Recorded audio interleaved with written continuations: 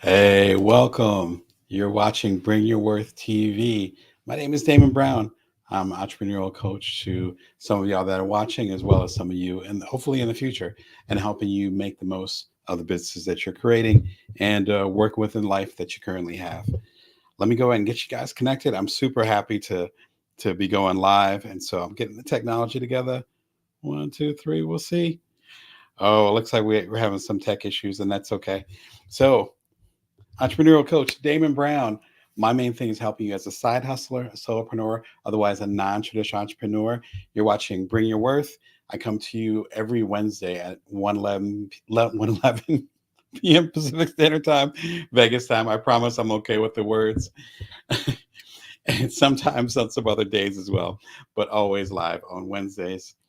At least have a Q&A show, not always live. And you can subscribe for free at the link below. Or if you're watching on some of the other platforms, you just choose to follow or whatever it is on that vibe. I know some of y'all are on X, formerly known as Twitter, and on Facebook, which is owned by Meta now, and all those other things. Wherever you're at, go ahead and connect through the show, and it'll get you where you need to go.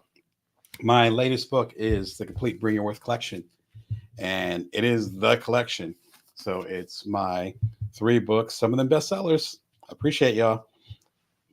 Starting with Ultimate Bites as Entrepreneur, Bring Your Worth, the deluxe edition, and Build From Now, my personal favorite. With the stuff in here, it goes over a lot of the stuff that's been covered in my Inc. magazine column. Shout out to Inc. magazine, as well as some of the work that I've done with y'all again personally as a business coach, as well as my journey selling my second startup, Cuddler, while being a stay-at-home dad to my then 2-year-old baby. Yeah, I guess I still consider him a baby. I guess he'd be a toddler, right? But if you're a parent or if you have kids in your life, you know how it is. They're always kids to you. You can join me over at Moxie. It's a political platform, but not a what's the word I'm looking for? It's not affiliated with a particular type of political party, so it's apolitical, but it does talk about political issues. And if you're a side hustler, a solopreneur, otherwise a non-traditional entrepreneur, you're in that realm that I tend to play in, and I'm one of y'all. Then you know that some of the, or maybe you don't know, that some of the legislation and even the big presidential election we have in about 5 months here in the United States is going to impact how we make a living, how we can invest the money that we get, how we can even hire people or even be hired. And there's been so much stuff that's been swirling around on this particular platform. I'm dedicated to, as far as on Moxie, dedicated to talking about those issues that are particularly relevant to the non-traditional entrepreneur. I'm doing some light work over there, but it will be picking up as we go into the election cycle, as they say here in the United States. Right now, there's a special where you can actually join for free, not just for 30 days, but for 60 days if you use my special code Brown Damon and see what's up with that. So be sure and check it out. It's going to be getting hot over there, as you guys can imagine, and it's going to be quite a journey as we go into this presidential season, presidential election, or what have you. And tomorrow is the birthday of Mr. Prince Rogers Nelson. If you're a fan of the show, you know I'm a fan of his and I've appreciated his work. But more importantly, the late Prince really helped us understand the power that we have as creators, as artists, and intellectual property, and other things that you see on this channel. And it's such a beautiful experience to be able to have these archived interviews and be able to dissect the stuff that he said, even though he passed away, I want to say 2016. So he passed away several years ago, going on a decade. To honor his birthday tomorrow, which I think is the 6th, either the 6th or the 7th, either going to be tomorrow or Friday. Forgive me for all your hardcore Prince fans, but I believe it's this Thursday, so I believe it's tomorrow. Actually, I have a special episode, and I really appreciated the work that he's put in, as well as the support that you guys have given and me breaking down his work. There's almost like a master class in what Prince is talking about. I think the episode is probably about 45 minutes. It premiered last Sunday, but of course, I'll be promoting it as Prince's birthday season rolls along later on this week. So be sure and check it out. And you guys that have enjoyed it, I hope that you know, I hope they're able to pass it on. Today's show is about focus. When we talk about focus, it's usually in regards to, oh, well, I need to focus more on this and on that. And it's almost like a what's the word I'm looking for? It's almost like a frustrating energy where we want to focus more. It's funny when we actually focus on things, we don't worry about focusing on things. But when we're not focused on things, suddenly it becomes this thing, this issue. It reminds me a lot of something that I say to my kids all the time where, you want to go to sleep and you're so tired and you're focused on sleeping, but then you're so focused and worried about sleeping, you actually can't go to sleep. So it's almost like you work yourself into a frenzy. So I think there's some type of psychological stuff when it comes to us focusing. So today we're going to talk about any focus challenges you might be having. I'll be talking about some of mine as well. How you can determine what to focus on, which I think is just as crucial as raising the amount that you can focus, and then also figuring out how you can double down on what you want to focus on, as well as letting go of the things that don't deserve your focus. I talked about in my newsletter at joindamon.me. It's free. I talked about in today's newsletter.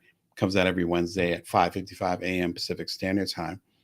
And I was talking about how focus usually is a discussion about um, when it comes to focus, we often don't think about what we shouldn't be focused on. We often think about what we should be focused on and then worry that we're not focused on it. But if we actually focus on what we should be focused on, then the rest of it tends to peel away. So let's go and get into some questions. If you have any questions below, or any questions, you'll see them below. Tongue tied today. Any questions, you'll see them. You will see them below. But you're welcome to bring in your feedback, your experiences with with focus, and all those challenges with that. And so, a really basic question that we're going to start off with is, what exactly is focus? For me, my definition of focus is having a singular point of attention. Have a singular point of attention.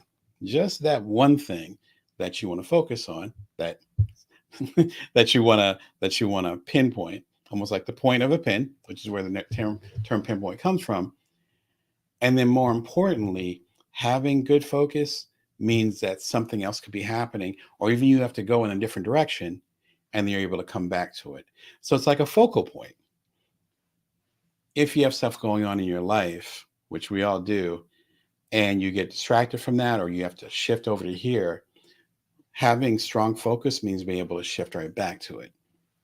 One of the things that we want to get into is determining, again, what you want to focus on and what you want to let go of. We'll get into that a little bit later on in the show.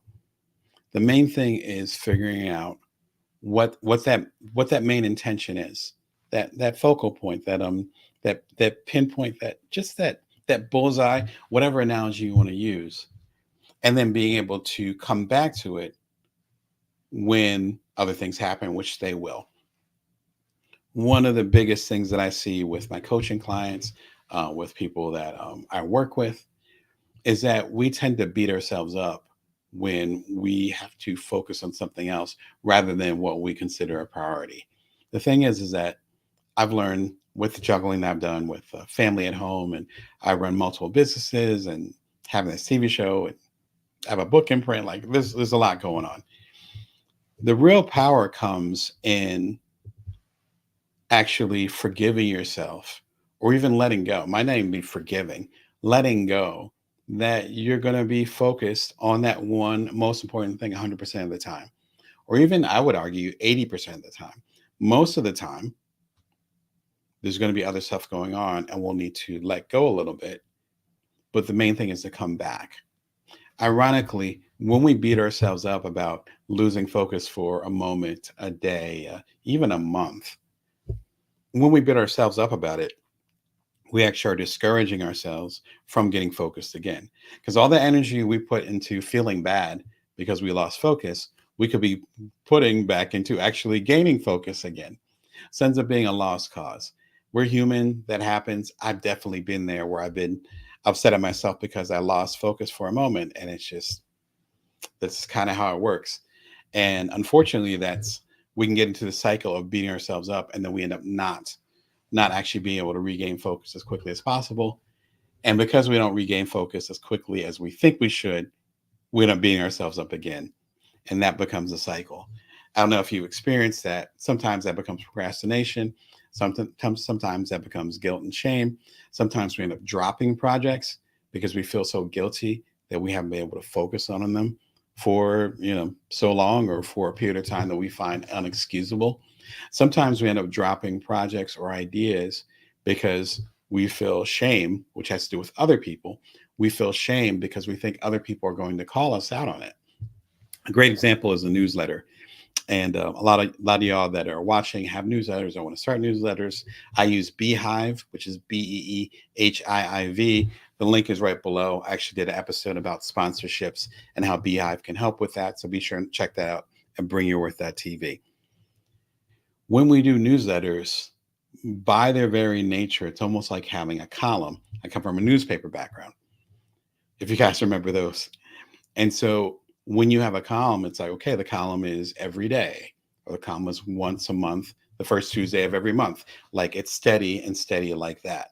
The consistency is the difference between having a column and having an article. The difference between having a newsletter and having a blog post. The difference, frankly, is consistency. We had an episode last week about consistency, the last live show we had. Be sure and check it out. And it's episode 380, but you can check out at bringyourworth.tv. We talked extensively about that. This is a difference between having a one-off and showing up consistently for the people that you want to serve, even if it's just a diary entry, you're serving yourself, correct? So if you're doing that consistently. So many folks that I've worked with are afraid to either launch a newsletter because they're not sure if they can be consistent with it. And that goes back to they're not sure if they can focus on it regularly, or, which is way more common, we'll start something, we'll go for it, and then we'll plan on doing it every week, and then we end up missing a week. So then we feel bad about it. So then we might do it again, but we might feel so much shame about not regularly doing it or just missing that week, beating ourselves up way more than probably anyone else would or can, that we end up dropping the project altogether. I have a TED talk that I did at TEDx Toledo several years ago now. Again, it's available at bringyourworth.tv, about why you should strive for good enough. And there was a big part of that discussion. What exactly are we expecting from ourselves? And if we end up taking ourselves out of the game because we're not constantly focused, we're not constantly consistent, we're not grinding all the time, what loss happens because we're not able to serve the people we want to serve? There are weeks, days, even it was a month or so where I wasn't able to do the show because of personal stuff going on. I had some health issues. It's just life. It's kind of how it works.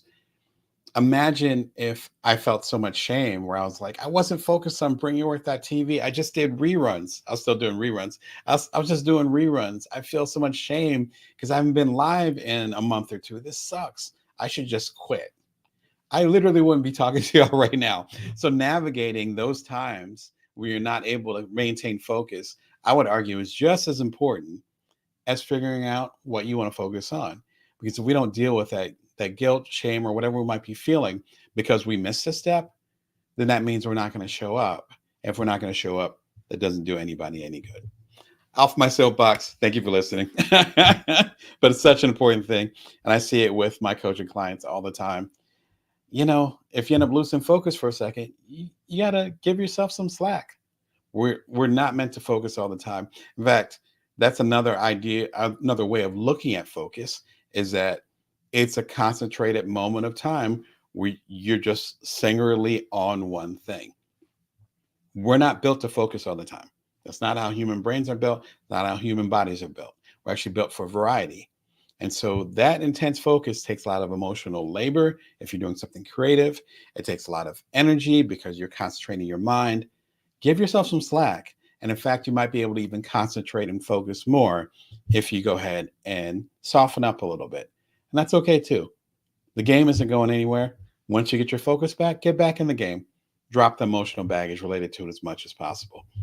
If you want to know more about focus, one of my favorite books that talks about this is Mastery by Robert Greene. Shout out to him. I interviewed him several years ago. I actually have the interview in a couple of my books. If you look through my catalog and whatever platform you're at or at your favorite bookstore, you can find the interview over there.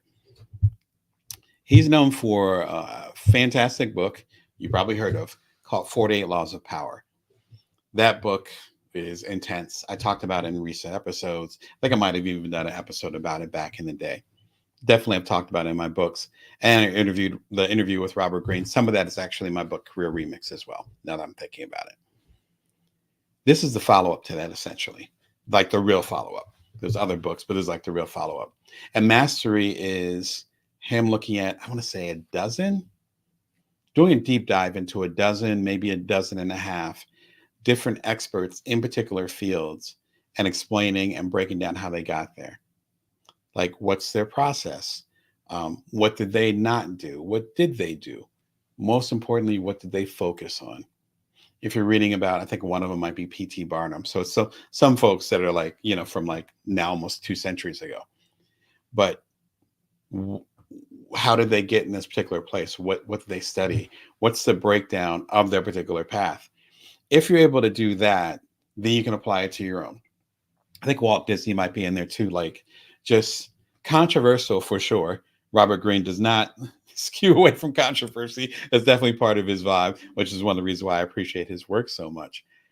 Controversial figures, but also figures that also knew exactly what their purpose was, what they're focused on, and why they were showing up. Once you kind of figure out that, it gets a lot easier to focus. As I talked about in my newsletter this morning at joindamon.me, if you're going to go ahead and say, I need to focus more, your next question, or perhaps even your first question before that is, what exactly am I supposed to be focusing on? And if you say, I'm going to focus on work, well, what part of your work? For most of us, that's a multidimensional thing, right? If you say, I want to focus on my relationships, all right, your romantic ones, your business ones, your platonic ones, your familial ones, your relationship with strangers, your relationship with yourself. So the more specific you can get as far as what you want to focus on, then you can actually start to make decisions that will allow you to increase that focus. Otherwise, it gets really, really difficult. That's the pattern I saw in Mastery. I have the audiobook, so I listened to that. In fact, I listened to it as I was doing my first few startups and at home with my first son, who was, by the time I got into this audiobook was probably about 10 years ago. He's about to turn 11. So that gives you an idea. I was rocking the baby with one hand and then listening to Robert Greene talking about Mastery for another. Just to warn you guys too, this audiobook is very, very long. Maybe not long by today's standards. If you think about the Michelle Obama book or whatever, those are like days. Like they literally might be a day. This one is probably about 12 hours. So I would recommend, similar to some of my longer audiobooks, I recommend just listen to it on a road trip or while you're doing something else. Ironically, focusing on something else, you'll start to see a pattern as far as the success of the people that he talks about and how focus plays a really big part in what they do and what they don't do. If you want more insight as far as from this show specifically, check out my episode, How to Power Up Your Focus. It's another live show. This is actually one of my first live shows. I want to say this is episode 382. I want to say this is like episode 100. So this is a long time ago, so you see I have a different haircut, a little bit less gray hair. So it's quite a throwback, but I talk about all the different tools you can use to focus. It's actually a deeper dive in some ways to this one, because here I'm talking about focus in general. With that one, I'm actually talking about literal tools that will help you focus, and hopefully that'll get you to where you need to go, or at least help you elevate your focus a little bit. Again, you're listening or watching. Just talking about podcasts, so that's on my brain. You're watching Bring Your Worth Show. My name is Damon Brown. I'm an entrepreneurial coach to side hustlers, solopreneurs, otherwise non-traditional entrepreneurs. Catch the Bring Your Worth TV show every Wednesday at 1:11 p.m. Pacific Standard Time, Vegas time. My latest book is The Complete Bring Your Worth Collection. It's about 105 here. So if you see me drinking a lot, that would be why. I'm not going to tell you what I'm drinking. All right. If you have any questions or comments, feel free to throw them into the chat. So it's like, all right, I know I need to focus, and I know I don't have much focus, but what should I focus on? Such a crucial question. I feel like this is actually, as I said at the top of the show, might even be more important, or at least equally important, to determining that you need to focus more. Because you can have all the focus on the world, but if you're focused on the wrong thing at this moment, or focus on things that are important to you, then it kind of doesn't matter. I found that focus, or what you should focus on comes down to three big ideas. The first one is the most effective action. The most effective action. What is the thing that's going to be like a hot knife through butter? This is going to have the biggest impact. Um, in the book, The Power of Habit, by Charles Duhigg. I've mentioned it a few times when I talked about consistency. And again, in the last live episode last week, he talks about certain things that are keystone. Keystone, and I won't get into the details. You can watch some of the earlier episodes about it, about habits and consistency. Again, last week's episode was great on that. A keystone is basically one thing you can do that's going to affect everything else.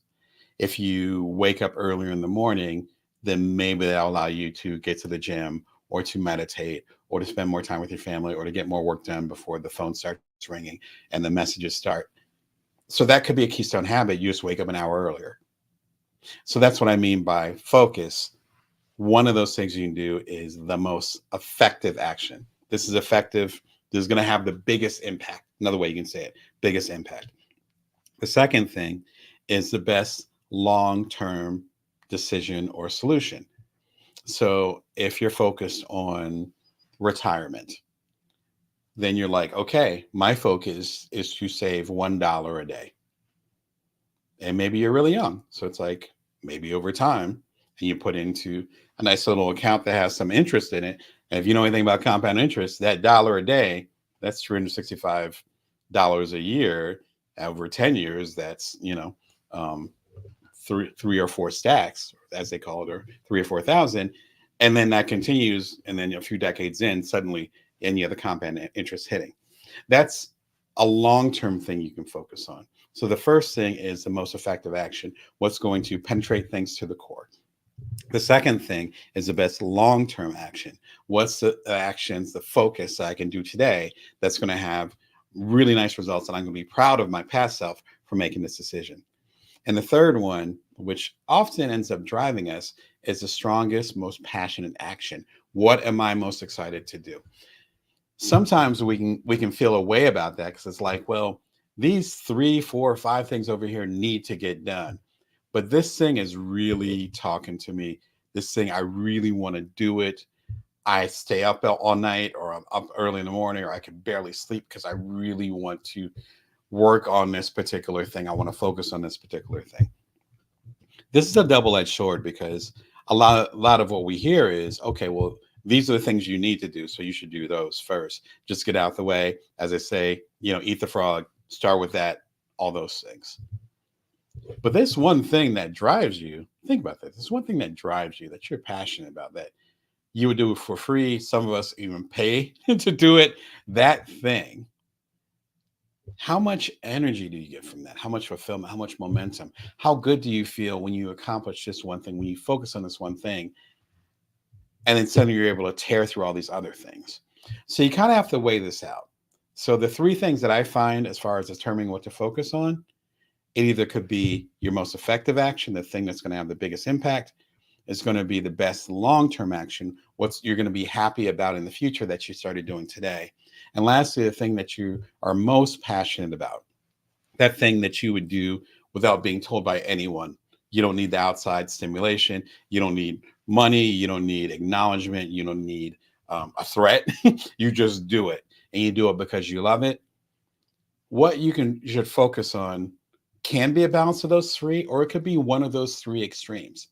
But I think it should fall into one of those categories at minimum, because otherwise, why are you focused on it? If it's not going to have the biggest impact, or a significant impact, not necessarily the biggest, if it's not going to have a significant impact, if it's not going to have long-term effects that you're going to be happy about, and it's not something that you're passionate about and that you would do anyway, if it doesn't fit into one of those three categories, why should you focus on it? That would be my criteria as far as if you're saying, Damon, I don't know what to focus on.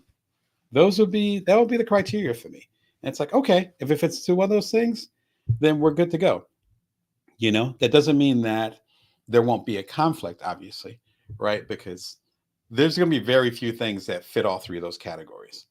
Me doing this show, again, making it meta, no Facebook, but making it meta, this show, I'm almost 400 episodes into hanging out with you guys. I can barely get it out of my mouth. I'm so proud and excited about it. But me doing this show for the past 3.5 years, it hits all three. And if you hit all three, please focus on it, because then that's one of those rare things. There's too much work that goes into doing the show. There might be too much work going into some of the stuff that you want to do or that you're interested in, but you're not interested in it on that level where you're willing and able to focus on it on that extended period of time. Use that process and hopefully that scale of the three.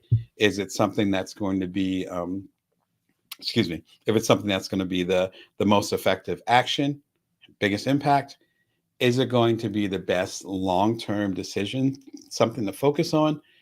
And or is it going to be the thing that you're most passionate about that you would do anyway? If it doesn't fall into one of those three, it might not be something that you want to focus on. If you want to learn more about this, my guy, Seth Godin, love you, love your work. We've actually worked together in the past, and he had a mentorship program, so I was able to get mentored by him a little bit. It changed the course of a lot of the work, even that you guys are experiencing today. So shout out to Seth. He's fantastic. He's done a lot of books, makes my catalog seem small, and I've done 20-something books. His catalog is amazing, and they're all excellent. This might be my favorite, and it's hard to pick. Tiny little book. I have the audiobook. Almost all of these I have the audiobook version of, except for the last one I'm going to suggest in a moment. The audiobook is like 45 minutes. You've listened to podcasts. You've listened to episodes of this show live that have been longer than the length of this book. The physical book is tiny, very similar to my eponymous book. I guess it won't be eponymous. Eponymous to my company, Bring Your Worth. It's very, very similar, like tiny book. You can read it easily in the afternoon. No matter how fast or slow you read, you can read it pretty quickly. It's this really basic premise. When should you quit something? When should you let something go?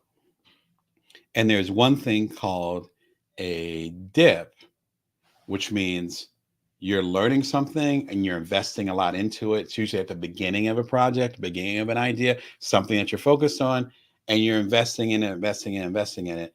And the dip means that you're just in the valley, in the weeds, like you're just in it. That's usually the moment when we quit. And it's like, listen, I'm investing into this thing. Again, back with the show. That first year that I've had this Bring Your Worth show, which was a long year. I loved it, but I was just trying to figure out the ropes. The amount I'm investing into it, the amount of mistakes, the amount I'm focusing on it, the amount of energy it takes to focus, which is tremendous. And obviously, I had 2 little kids at home. We're still in the deep recesses of the pandemic. Like, it was just heavy. That's the dip. When you're just like, man, I quit. I'm done. It's taking too much. Then you start to learn. In fact, you've been learning all along. If I get the word out of my mouth, you've been learning all along. And then you start to see some momentum, and it's turning. And all those lessons, it might be financial, so all those investments, the equivalent of compound interest starts to rise, and you're out of the dip. And shout out to Whitney Johnson. She talks about disrupt yourself. She talks about things having a boomerang. I would call it like a slingshot, or actually, I think she calls it a slingshot as well. We have similar terms, but then whatever momentum you put into this, suddenly it goes straight up. For me, that was about a year ago when I went from a few hundred subscribers to this channel, BringYourWorth.tv, and then suddenly within the course of a month, I had 10,000 plus. But that was because of the work that I did for those previous 2 years. And it seemed like it was overnight, and a lot of y'all came through, but it just hit. And it hit because I put that work in. That's a dip. A cul-de-sac, which, if you go down the suburbs, down the street, you'll see some cul-de-sacs here in Vegas, is basically a dead-end street, but it ends in like a circle. So it's kind of looks like a Q-tip or almost like a lowercase I, but the dot on the I is connected to the top of it. And very much a suburban thing. People would have cookouts, or when I was a kid and some of the time I spent in the suburbs, there'll be cul-de-sacs. You ride your bike in there because there's not going to be a whole lot of heavy traffic, right? Only people that live there are going to be going to the cul-de-sac unless they're turning around. The problem with the cul-de-sac, in the regards of the book, The Dip, the problem with the cul-de-sac is that you're actually not going anywhere, right? It's a dead end, like I just said. It might be French for dead end. People that speak French, feel free to jump in the comments. But so you're just basically going in a circle. What Seth's basic theory is that you have to figure out, either way, you're going to hit that point where you're going to feel stuck. You invested too much. You're thinking about quitting. That's just part of the game. It's part of the game. I discovered that with public speaking. I discovered that definitely with being an author. And again, like I said, I've done 27 books. So you go through that. For each book that I've written, I've gone through that. Almost literally every one. I've gone through that with the TV show. That's just part of the process. If you're part of the creative process, or even if you want to start something new like startups, and a lot of y'all that I coach are startup founders, you're going to hit that wall, as they say in running marathons. I have marathon runners in my family, and around that 21, 22 point of that 26, you're going to hit that wall. Everyone hits that wall. Seth's argument is to say, when you hit that wall, is it because what you're doing is a dead end?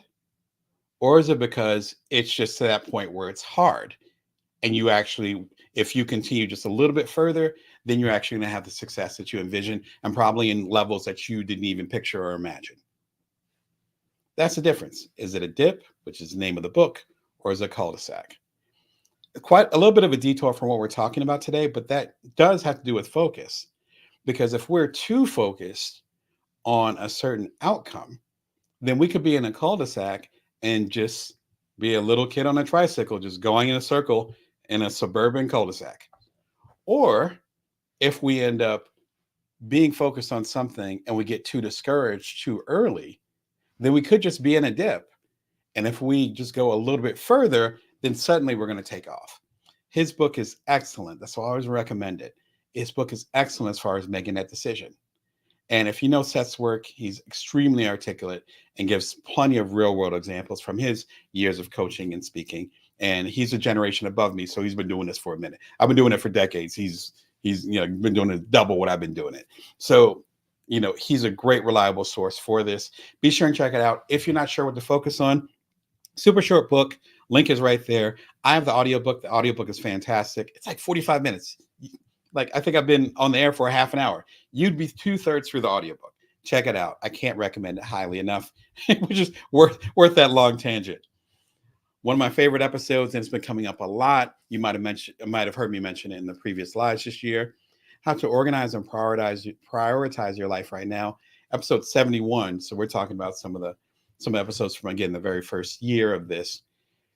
And it's a basic theory from one of the best business minds who passed away a few years ago. And it's a 5-minute video. And I'm just breaking down his excellent theory and how you can apply it to your life right now. If you don't know what to focus on, this is the episode for you. So I'm trying to give you really good bite-sized nuggets, particularly for this one, because if we're not sure what to focus on, we can spiral really quickly and be like, oh, I can focus on this or that. I've been there recently. It's like, what should I do? Using the exercises that are in the dip, as well as watching the, I'd say 5-6 minute episode that I'm recommending right here, will totally help you get to where you need to be, or at least have clarity as far as what's possible. All right, so you're watching Bring Your Worst Show. I'm entrepreneurial coach Damon Brown. I'm coach to side hustlers, solopreneurs, other non-traditional entrepreneurs, as well as a ghostwriter and doing other things based on my extensive writing background. I'm happy to share that game with y'all. Bring Your Worth TV comes to you every Wednesday at 1:11 p.m. Pacific Standard Time, Vegas time. You can subscribe for free. And yeah, if you want to coach with me, come over to damonbrown.net, see what's going on. I'm very transparent. So my rates are on there. All my books are on there. Bring Your Worth t-shirt, mug. Again, it's 105 year. I got to drink. But the mug and all that stuff, I'm happy to serve you and help you in any way that I can beyond you subscribing and checking out the show. If you have any questions or thoughts, or where are you struggling with your focus, and are you feeling like that you have a hard time figuring out what to focus on, jump in the chat. If you've had experiences or know certain tools that have helped you figure out what to focus on, throw that in chat too. I'd love to for you to be part of the conversation. And the $1,000,000 question: how can I focus more?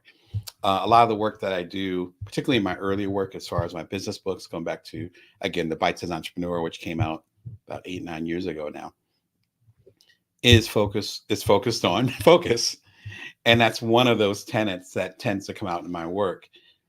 And this is like that big question: how do I focus more? When I was doing my startups, it was me and little guy, and my partner had a traditional job, and so I'd be at home with him all day. And from when he was 4 months old to, which is when I started my first startup, to when I sold my second startup around the time that he turned 2. And I remember having those moments wishing I had books like the books I ended up writing. I had mentorship or other folks who were in a similar situation as me, because you can't or you shouldn't just say, well, I'm a stay-at-home dad, so I'm just going to focus on my work. Well, your kid needs you. Well, okay, well, I'm just going to focus on my kid. Well, you don't want your career to atrophy, and you know your purpose is beyond just being a dad, though that's fantastic purpose, but it's beyond that. So it ended up being a constant balance. As Natalie Nixon would say in her book, The Creative Leap, it was the balance between wonder and rigor, between exploring different ideas and then actually finding ways to implement them. The wonder of, hey, can I actually be a founder while having a baby at home? And the rigor being, well, let's find out, but these are the constraints to it. That's what we get into when we talk about how can I focus more.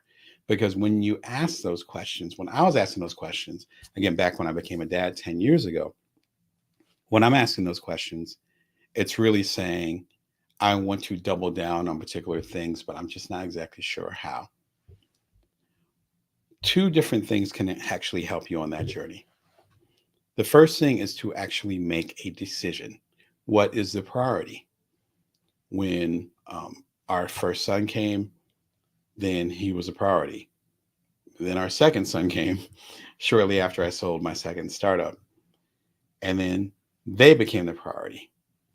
By the time our youngest started going to school, excuse me, around the time he's like 4 or 5 and he started going to school.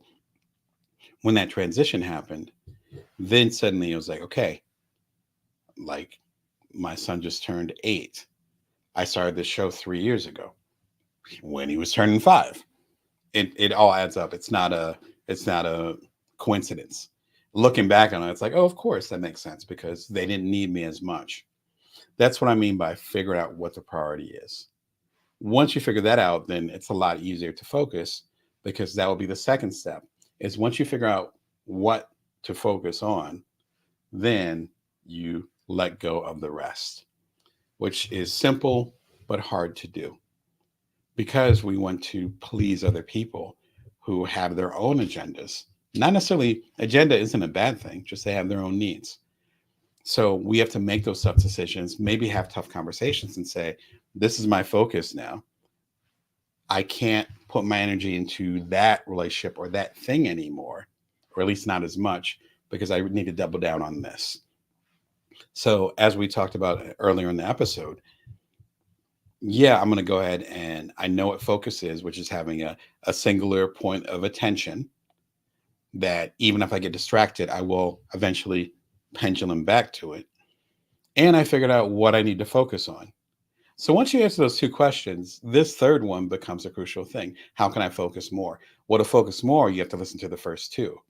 What exactly is focus? But more importantly, what exactly do you want to focus on?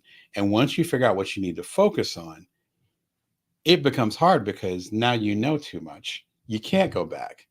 So when you're distracted by this or distracted by that, or you're moving this way or that way, or you're doing things that seem, as we say, extra, then you start to feel a way about it. Right now, I'm not working on my next book. I'm kind of taking a hiatus for that. I'm actually helping other people with their books. So I'm still doing plenty of writing. Again, back to the ghost writing and a lot of stuff I'm doing behind the scenes. I can't wait for you guys to see it in the upcoming days. We'll leave it at that. If I said, I'm going to go ahead and write another book, is that what I should be focused on? Or should it be connecting with you on this channel and then connecting with my many clients and helping them get their voice out? Well, obviously it's the latter because that's what I'm doing. But if I felt external pressure to say, oh, I should go and write another book, or I want to see my name in lights again, or I want to go on book tour, let me come up with a book now. That even just saying that just makes me feel weird. My belly's down here. It makes me feel weird. I'm like, that doesn't feel right. That doesn't sound like where I need to be. That's probably the best way to explain it. All this about focus and everything we've talked about during this full episode is about knowing where you need to be. If you know where you need to be, then you know what you need to focus on. And once you know what you need to focus on, then it's almost like your internal compass says, okay, we're going to signal to you when something's not important. It's almost like the guilt that you might feel when you're doom scrolling, as they say, and you're on social media and 5 hours have passed by, which has happened to me. So I'm not judging. And you feel a little weird about it. That's because your internal compass on some level says you actually should be focused on something else. The whole point of this episode and some of the stuff that's in the tools that I'm recommending, as well as the videos, is to help you sharpen that internal compass. So again, it'll get to the point similar to me where if you're doing something that isn't based on what you should be focused on, then you're going to just push it away because you're like, no, that doesn't make me feel good. And especially as you get deeper into your purpose and your reason for doing what you're doing. My whole goal is to help you as a side hustler, a solopreneur, otherwise a non-traditional entrepreneur. That's my business model. That's the emphasis of, all my businesses, all the stuff that I do. So if something doesn't fit into there, I'm not going to spend energy on it, which allows me to double down, triple down, and focus more on the things that are going to have the biggest impact on you, the people that I'm serving. Once you start to have that discussion, then it becomes a lot easier to focus because you know what you need to focus on and you're letting go of the stuff that you don't need to. And once you start to let stuff go, like I'm not on most social media, that's on purpose. Because then I can put all this energy into serving you in ways that are best for you versus just hanging out in the online forums. Food for thought as you think about focus. One of my favorite books on focus, where is it? There it is. And rarely talked about book two. It's called Subtract by Leedy. I believe that's how you pronounce the first name. Shout out to Leedy Klotz. Fantastic little book. And it's about how to let stuff go. Let me get the subtitle because I love the subtitle. Subtract, the untapped science of less. As we say less. Fantastic little book. It basically talks about, and they're a fellow journalist, so they're going around the world. I believe it was in some international places as well, looking literally at the science of doing less and how that ends up being more quite literally productive and insightful rather than just going all over the place. So because there's a little bit more focus, then we're able to do more. Just like, reiterating what I said before. The book looks thick, but it's actually a really quick read. I want to say it's like, yes, 250 pages. I read it in a series of days. Fantastic stuff. Shout out to Leedy. But it's a really good tool as far as figuring out how to start letting stuff go. You might see the pattern here, whether we're talking about mastery, which is about how these mostly American icons double down and then becoming masters of their time. Whether we're talking about Seth Godin and his book, The Dip, and then letting things go or learning to keep things and double down on particular things, or with the book Subtract, where when you realize you need to let things go, then you actually have to follow through. Seth talks about that a little bit in The Dip, But the whole process of letting things go, Leedy, again, in the excellent book Subtract, talks way more about that. And in fact, I think it's the real focus of the book. Speaking of focus, Cal Newport, hope you're doing wonderful. His book, I have an interview with him. Why Email Sucks, Our Time. Cal Newport interview. It was actually very early in the show as well. It's just audio, but it was about a half an hour conversation at near the beginning of the pandemic. And so the context of where we're talking about things is important too, because that's that period of time, if you might remember, where a lot of us, as we were sheltering in place, were thinking about what we wanted to focus on, who we wanted to be, how we wanted to show up, all those good things. And pausing kind of made us do that in ways that we probably wouldn't have done otherwise. In fact, I think most of us wouldn't have reflected as much as we did during those handful of years, and still, I think, are having the effects of now, obviously. I had a conversation with him about his book, No More Email. I think that's the name of the book. The link is in the description. But we had conversations about how technology can distract us. Cal Newport is famous or most known for his first major book, Deep Work, which came out several years ago, but worth checking out. He actually has a new book called Slow Productivity. Speaking of that, I'm reading it very slowly. As I talked about in recent live episodes, I have stacks and stacks of books. If I didn't have some other stuff hanging out here, I would show you. I have stacks and stacks of books. So I'm slowly reading his book. I was able to get a copy, so I'm excited about that. Anyway, his new book is called Slow Productivity. This is an interview talking about his previous book about no more email. I'm sorry, A World Without Email. I know I was getting the title wrong. A World Without Email. And again, half an hour, 45-minute conversation. It's worth your time. Cal is notoriously known not only for, again, his fantastic first book, Deep Work, but also for not using technology. He's never been on social media. Literally, he has no social media accounts. I don't think he does email, which is kind of one of the things we talked about in the interview. I have to re-listen to the interview, so it's been a few years. And so it's not like he's a Luddite, because obviously we use Zoom or some type of audio technology to have the interview, since he lives in Boston or something. He lives somewhere in New England, I believe. But he's also extremely prolific, doing a book a year, as I was in previous years. And shout out to him. So there's certain ways that he's living his life, career-wise, professionally, as well as, of course, personally, and it's enabling him to have this level of productivity. Again, getting into his new book, Slow Productivity, I think he's breaking down what those systems are, because as you can tell by the interview, once you listen to it, I was very curious about that as well, since I'm focused on productivity and how we do things. And so that is our episode on focus. If you're watching an excerpt of this, you can check out the link below and listen to or watch the full episode. Sorry, my links are disappearing here. You can watch the full episode, or hopefully you enjoyed the excerpt. If you heard the excerpt, again, my name is Damon Brown, entrepreneurial coach to side hustlers, solopreneurs, otherwise non-traditional entrepreneurs. I do have some slots open, so feel free to go over to damonbrown.net. You'll learn about my rates. We can even go ahead and have a quick conversation for free to see if we would work well together, because now I'm not everyone's cup of tea, and not every client works for me as well. So it's important to have those conversations before we do a deep dive. Bring Your Worth Show, bringyourworth.tv, every Wednesday at 1:11 p.m. Pacific Standard Time, Vegas time. You can subscribe for free right now at bringyourworth.tv, or if you're watching on Amazon or one of those platforms, you just hit follow and go from there. And the complete Bring Your Worth collection is available now. If you go to danbrown.net, you can get it from My Little Hands. Guess they're still little. My Little Hands. Look big on the screen.